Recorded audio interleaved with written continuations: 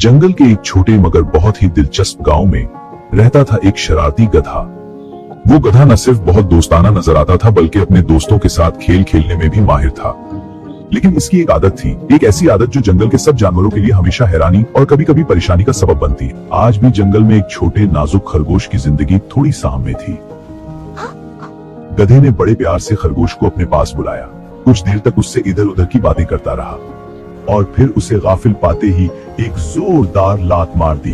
बेचारा छोटा सा खरगोश भारी भरकम गधे की जोरदार लात पड़ते ही गेंद की तरह अछलकर दूर जा गिरा। कई पसलियां टूट जाने से वो बुरी तरह तड़पने और करपने लगा। अपनी इस शरारत पर गधा बहुत ही खुश हुआ और जोरदार ठट्ठा लगाता हुआ एक तरफ को चला गया। गधे की ये शरारती आदत बहुत पुरानी थी। वो खड़े खड़े बिला वजह किसी को भी लात मार देता था। जंगल के भी छोटे बड़े जानवर उसकी इस शरारत से अक्सर परेशान रहते। कुछ बुजुर्ग और जहादीदा गधों ने कई बार समझाया भी, लेकिन वो अपनी हरकतों से बाज नहीं आया। इसी तरह की बातों से वो नसीहत करने वालों को बेवकूफ बनाकर मन ही मन बहुत खुश होता। इसकी ये याराना मुस्कुराहट भरी बातों से वो इसकी शरारत को ताड़ जाते और समझाते, पर खुदा, रिश्ते में हम तुम्हारे बाप हैं। अपनी नाराजगी का इजहार करने के लिए लात मारना हमारी फितरत है, लेकिन बिला वजह किसी को भी लात मार देना शरारत है, बुरी आदत है। बुरी आदत है। अब भी वक्त है इस बुरी आदत को छोड़ दो, वरना तुम तो जानते ही हो कि हर बुरी आदत का अंजाम बुरा ही होता है। बुजुर्गों की इस नसीहत पर गौर करने के बजाय गधे ने अपना पैर उठाकर उन पर भी घुमा दिया, और अगर नसीहत करने वाले वो बुजुर्ग तेजी से एक तरफ ना हट जाते तो उसकी लात सीधी उनकी थूथनी पर पड़ती। फिर भला गधे की लात खाने के लिए बुजुर्ग वहाँ कैसे ठहर सकते थे। पहली दोस्ती से ही सब के सब ढींचूम करते हुए 9-2-11 हो गए। एक दिन बुधे ने एक लोमड़ी को देखकर बड़े प्यार से कहा, आओ बहन मेरे पास आओ, बहुत दिनों बाद मिले, थोड़ी देर प्यार भरी बातें करेंगे। लोमड़ी आखिर लोमड़ी थी, होशियार और दिमागदार, उसकी मकारी में भला कैसे आती।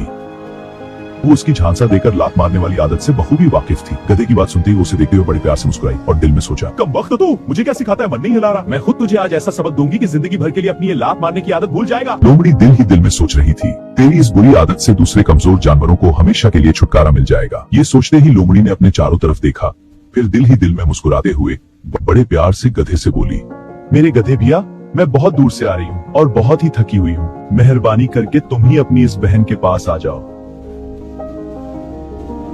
इतना कहकर लोमड़ी लड़खड़ाते डगमगाते कदमों से चलकर सहारा लेने के लिए एक बहुत ही बड़े पत्थर से टिक गई। मुझे बहुत कमजोरी महसूस हो रही है। लोमड़ी की बात सुनते ही अपनी शरारती कामयाबी के ख्याल से गधे का सीना खुशी से फूल गया और होंठों पर प्यार भरी मुस्कुराहट लिए वो जल्दी से लोमड़ी के पास आ गया। लोमड़ी को गाफिल रखने के लिए कुछ देर तक वो उससे बहुत ही मीठी मीठी बातें करता रहा। हाँ बिल्कुल, फिक्र मत करो। फिर आदत के मुताबिक अचानक ही लात मारने के लिए उसने अपना पैर पूरी ताकत से लोमड़ी की तरफ घुमा दिया।